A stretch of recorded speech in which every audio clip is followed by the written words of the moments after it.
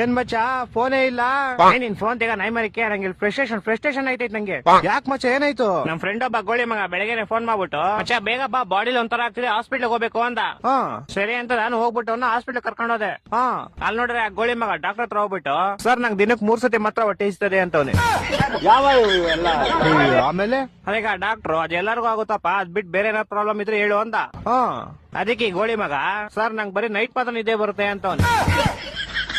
ಆ ಡಾಕ್ಟ್ರು ನನ್ ಮಗ ನೋಡ್ತಾವನೆ ಎಂತ ಗೋಳಿ ಮಂಗ್ ಕರ್ಕೊಂಡ್ ಬಂದಿದ್ಯಾ ಅಂತ. ಅಯ್ಯೋ ಮತ್ತೆ ಕರ್ಕೊಂಬಂದ್ಬಿಟ್ಟೆ ಶಿಶಿನ ಹೆಂಗ ಆಚೆಗೆ. ಆಚೆ ಬಂದ್ಬಿಟ್ಟು ಶಿಶಿ ಹಾಸ್ಪಿಟ್ಲ್ ಎಲ್ಲ ಫುಲ್ ನೋಡ್ಬಿಟ್ಟು ಮಚ್ಚ ಈ ಹಾಸ್ಪಿಟ್ಲ್ ನಂಗೆ ತುಂಬಾ ಸ್ಪೆಷಲ್ ಅಂದ. ಏನೋ ಸ್ಪೆಷಲ್ ಅಂದ್ರೆ ಮಜಾ ಈ ಹಾಸ್ಪಿಟಲ್ ಹುಟ್ಟಿದ್ದು ಅಂದ. ಅದ್ರಲ್ಲಿ ಸ್ಪೆಷಲ್ ಐತಂತೆ. ನಾನು ಸೇಮ್ ಕ್ವಶನ್ ಕೇಳ್ದೆಪ್ಪ. ಮಚ್ಚ ನಾನ್ ಚಿಕ್ಕ ವಯಸ್ಸಲ್ಲಿ ಹುಟ್ಬಿಟ್ಟೆ ಅದೇ ಸ್ಪೆಷಲ್ ಅಂತ. ಒಂದೊಂದಲ್ಲ ಅದ್ ಬಿಡಪ್ಪ ಹೋಗ್ಲಿ. ಮಚ್ಚ ಹುಟ್ಟಿದ ತಕ್ಷಣ ನಂಗೊಂದ್ ಸೀಕ್ರೆಟ್ ಗೊತ್ತಾಯ್ತು ಅಂದ. ಏನ್ ಸೀಕ್ರೆಟ್ ಅಂದ್ರೆ